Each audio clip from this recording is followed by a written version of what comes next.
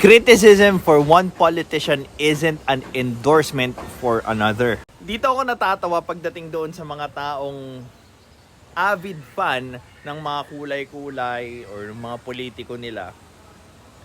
Kasi hindi nila makita yung objective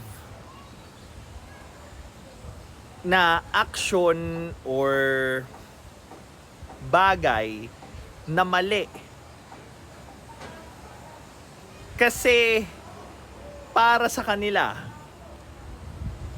pag yung mali na yun ginawa ng idol nila or ng kakulay nila, suddenly hindi na siya mali para sa kanila.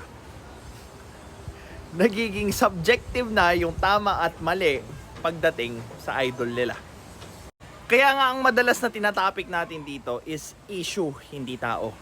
Yung ginagawa ng tao, yung issue, hindi yung tao mismo.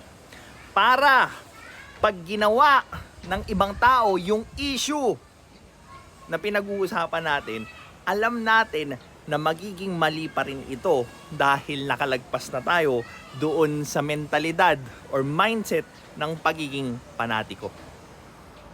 Well, this is Pinoy Extreme. Have a good day. This is Pinoy Extreme.